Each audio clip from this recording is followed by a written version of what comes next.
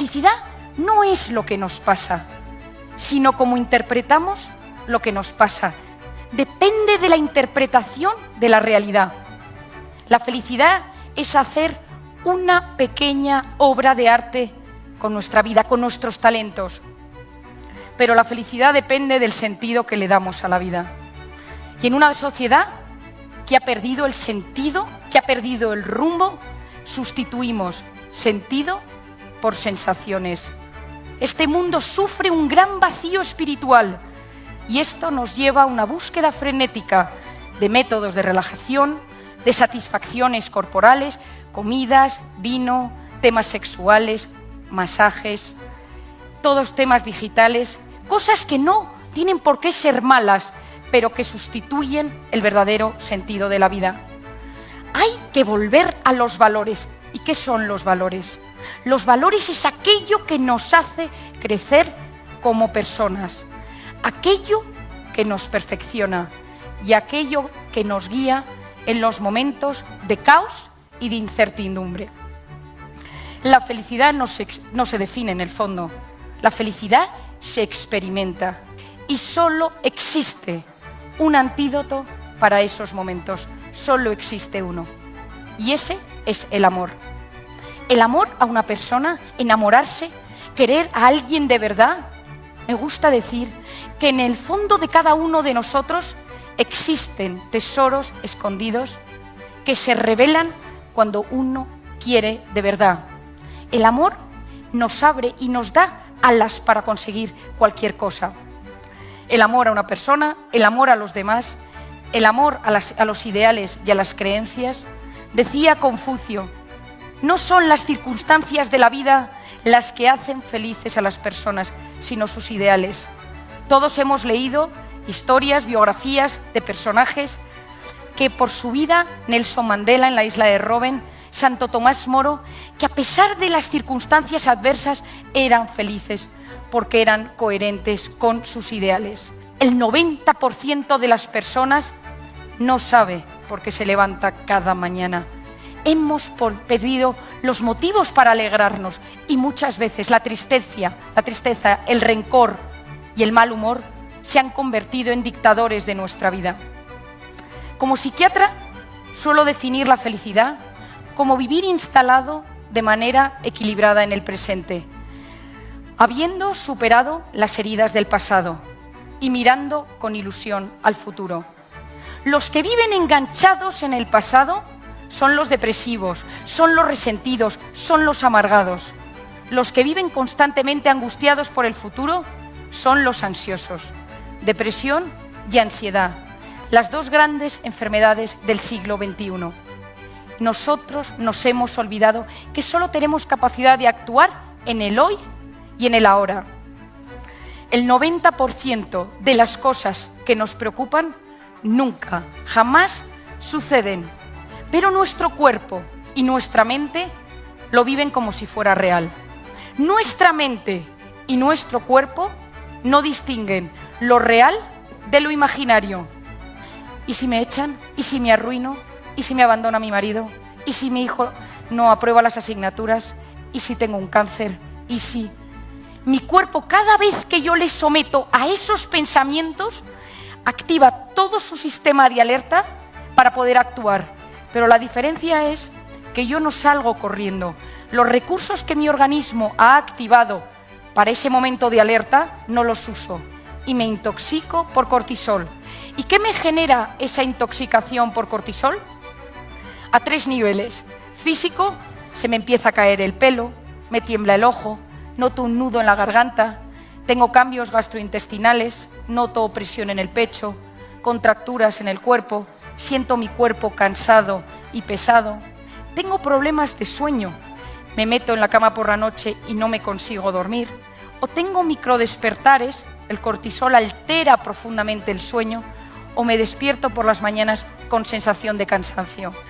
A nivel psicológico, empiezo irritable, todo el mundo me pone nervioso, estoy alerta, no disfruto de nada, empiezo con problemas de concentración, empiezo con problemas de memoria y al tercer nivel, al nivel de mi conducta.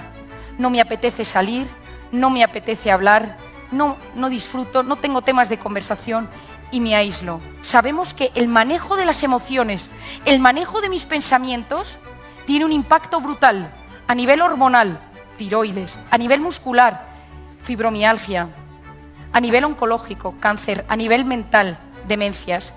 Antes uno se relajaba, mantenía la mente en blanco, pero ahora uno no puede estar más de X minutos sin mirar el teléfono. Es lo que los americanos llaman FOMO, Fear of Missing Out. Miedo a perderme algo.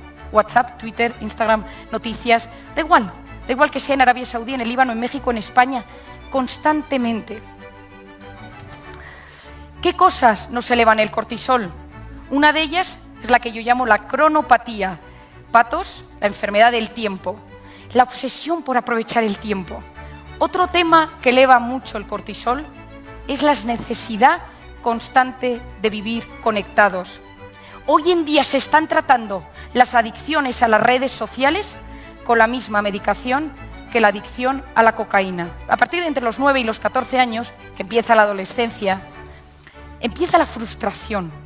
Y ese momento de la frustración, todos nosotros hemos buscado una vía de escape, que podía ser la moda, la comida, el chocolate, el alcohol, la marihuana, lo que fuera.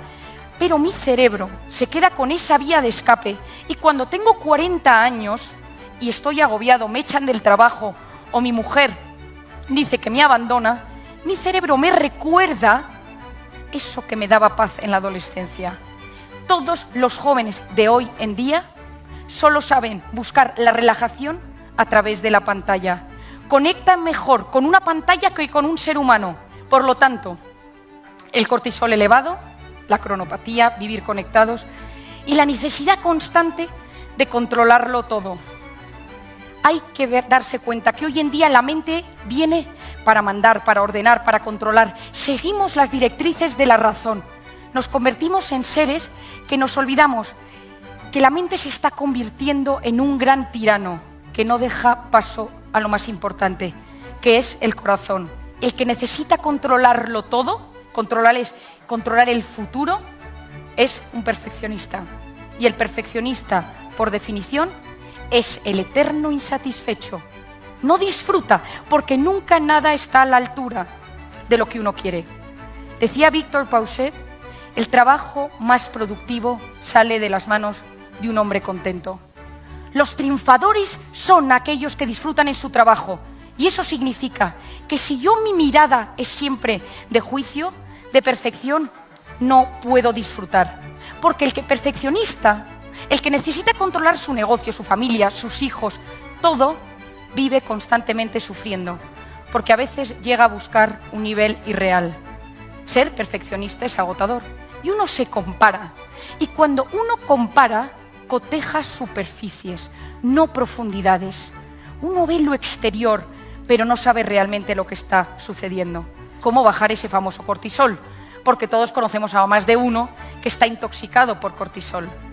Lo primero, hacer ejercicio. El ejercicio genera endorfinas, suben las endorfinas y baja el cortisol.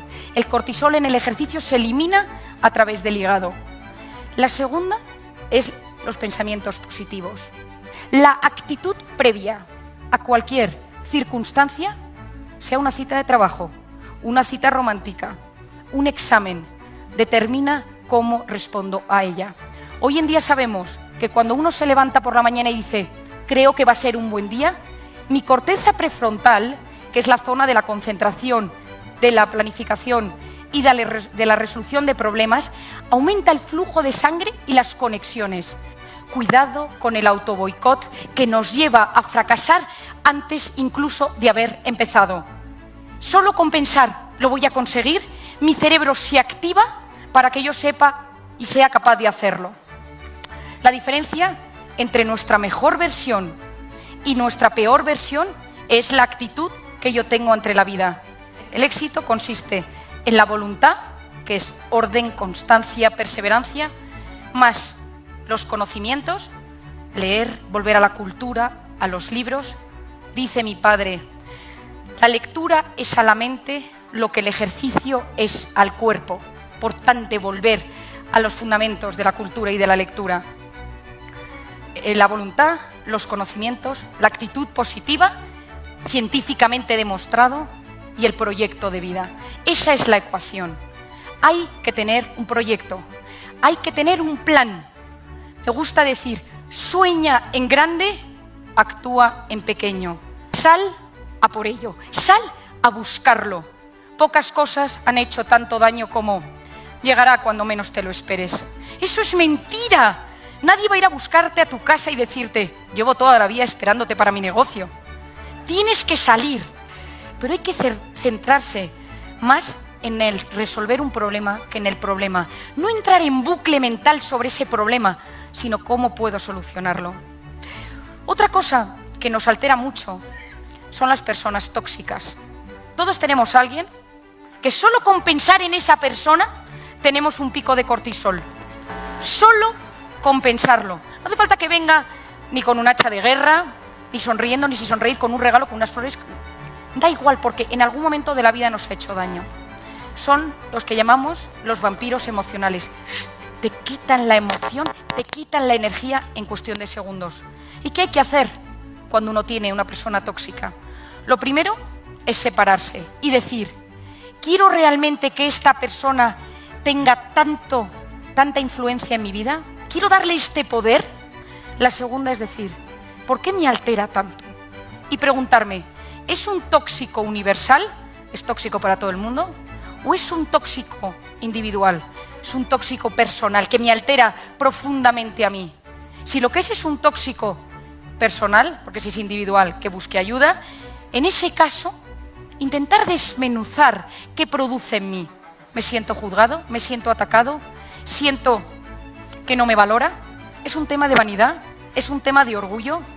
Qué importante es saber qué produce en mí. Y luego, comprender es aliviar. Si yo comprendo por qué esa persona actúa así en mí, eso genera un alivio en mí. Y perdonar. El perdón es un acto de amor. Cuidado con el rencor. ¿Qué es el rencor? El rencor es quedarse dolido y no olvidar. La felicidad, frase de mi padre de toda la vida, consiste en buena salud y mala memoria.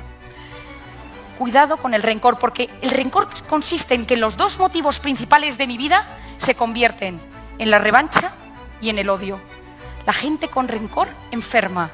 Y el perdón tiene dos notas. Una, la inmediata, perdón, aunque uno no lo sienta del todo, pero ayuda a aliviar ese sentimiento o esa situación de tensión.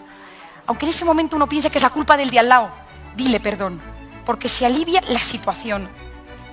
Mi padre tiene una frase que cuando la gente se pelea dice que el más generoso le pida perdón al otro, aunque sea la culpa, pero ayuda.